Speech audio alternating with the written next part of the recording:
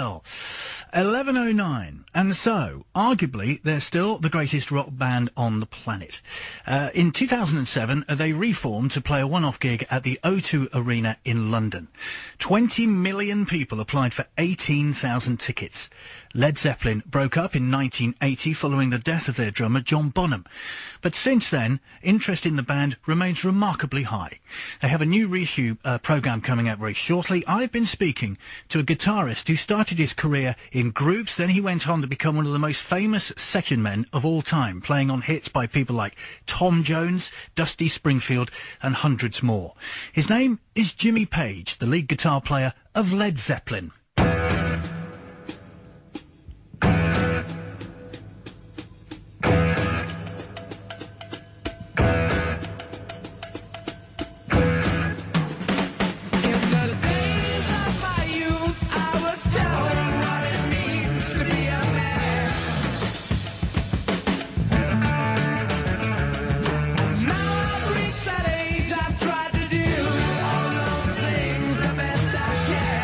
How are you? I'm very well. How are you? Yeah, I'm fine, thanks. Jolly good. Right. Okay. Just ask you to be a strict 15, that would be great. Yeah, no, that's fine. Absolutely. That's 15 seconds, by the way. Thank you very much, Jimmy Page. It's been great talking to you. I was just thinking about this, actually, and I remember seeing a TV clip of you being interviewed by Hugh Weldon some years ago, and you saying, and he said to you, what would you like to do when you grew up? And I wonder what you might say to that small boy now. What would I say? I'd say keep playing. Yeah. I think it'd be good carry advice, on playing, no matter what. I'd say that to anyone, actually, who plays guitar, who really enjoys it and is passionate about it. This thing, I mean, I've got to tell you now that I've pre-ordered all the box sets already, much to my wife's annoyance. So, yes. I understand that. Yeah, the money's on its way to your bank account as we speak. But, you know, this is a work of love for you, isn't it? To get it right, to make sure that everything is absolutely spot on with this. Well, I've always had sort of aspirations towards quality of Led Zeppelin, whether it was the original recordings or whatever. That's always been the sort of benchmark of it all. It's like the real overall quality. So, yeah, I have overseen it. I mean, as far as this latest project goes, it's the fact that I, being the producer of the band, I was in the studio on more occasions than the others, so I actually had more reference tapes that I could access. However, it was going to be a daunting task to take on the whole of of all of these outtakes and listen to them. But in a way, I could see a picture was clearly appearing to arrive at a point where you could have companion discs to each of the releases. So Led Zeppelin 2, 3, 4, Houses of the Holy, Physical Graffiti, etc., etc., etc. was going to be an area where, well, we've had a lot of live releases, but suddenly there would be this whole aspect of the recording world of Led Zeppelin, but with a companion disc to the studio masters that have come out in the past, but the companion disc having sufficient sort of alternate tracks and takes, if you like, to give real interest and also a perceptive portal into that world of the recording.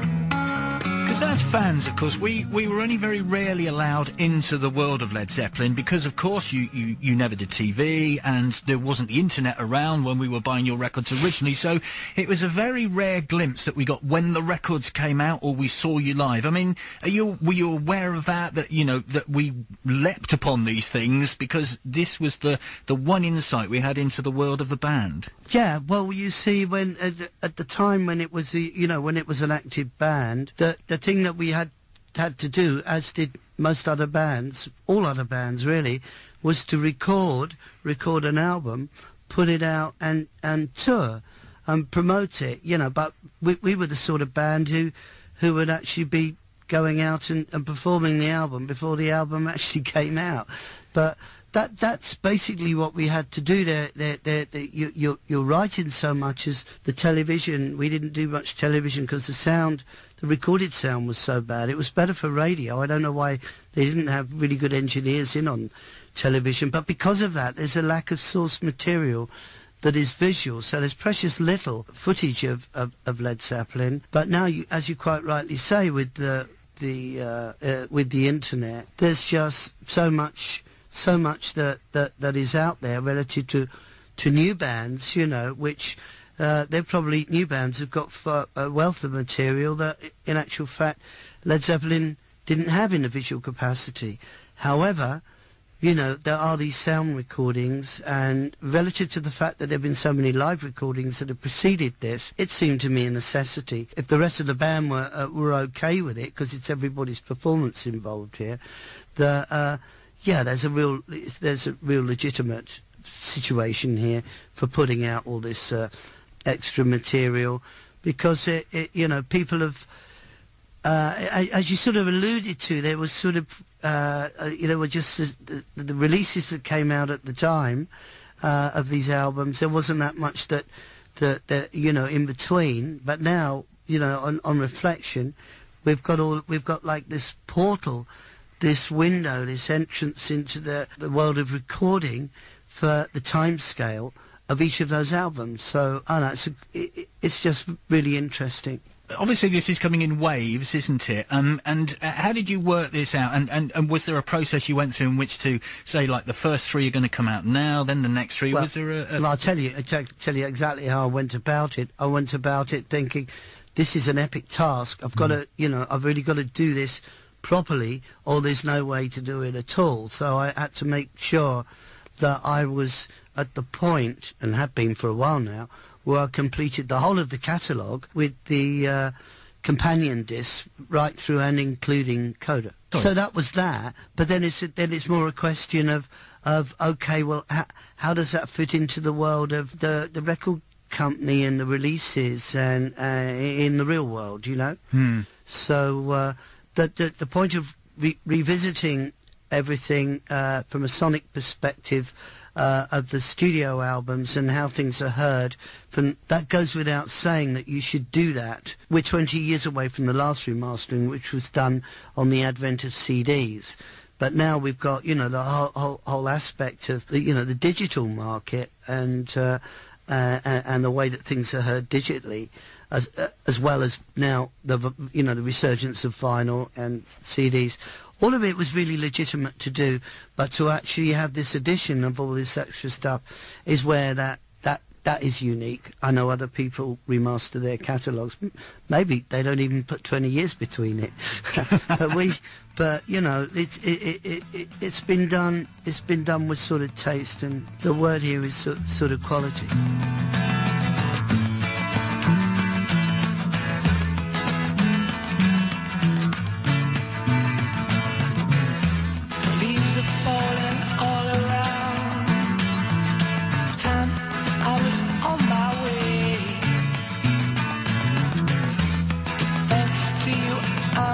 Obliged, such a pleasant stay. But now it's time for me to go. The autumn moonlight's my way.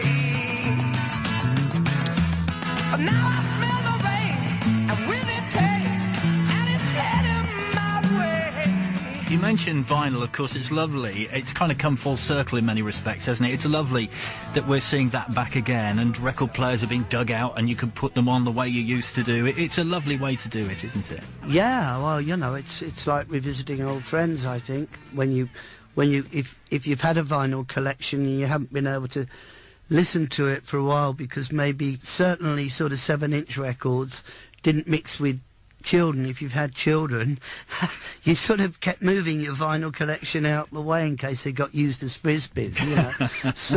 so you know, sometimes the records went into sort of storage, you know, I mean, like suitcases or cases up in the attic or in the garage, you know, and there sometimes come points in your life where maybe the children have grown up, or you're not with a partner that you were with, and the records all come out, and it's really like revisiting all your old friends, and because it's just the sound of them. It is, definitely. And what about, I know this is a massive task that you've been going through, but what about new music from Jimmy Page? Have you got anything in the pipeline, or have you been concentrating on this? Well, yeah, how we've arrived at the whole Led Zeppelin thing was because I started archiving all my own material, which went back to like even when I was living with my folks with a little recording unit doing sort of songs and things, embarrassing teenage stuff. But it went all the way through. And I must say that at this point now, promoting the Zeppelin stuff, I'd be lying to you if I said on the way through listening to this stuff I wasn't really itching to play. But with the Celebration Day DVD.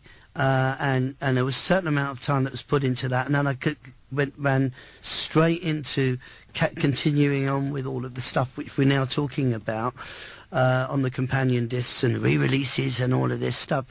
I've been sort of itching to play, but now, as you quite rightly say, there's stage releases which are going to be over the next couple of years, or this year and next year, let's say that, and because I've stockpiled all of this material and other material, I'm at a point where I'm ready to start playing, because I've always loved playing live, and I'm not seen to be playing, and that's something which is sort of missing at the moment. So now's the time to readdress that. Get on down to Devon and do a set for us down here, will you? That would be fantastic. Yeah, I've got some good pals. I know you have, yeah. I know. Knightsay's Court, I know, is a place you visited, isn't it? I've been there, yeah. So, is that a possibility? I've got friends in Oakhampton too. Yeah, fantastic. So, would that be a possibility? You might nip down here and do a set somewhere?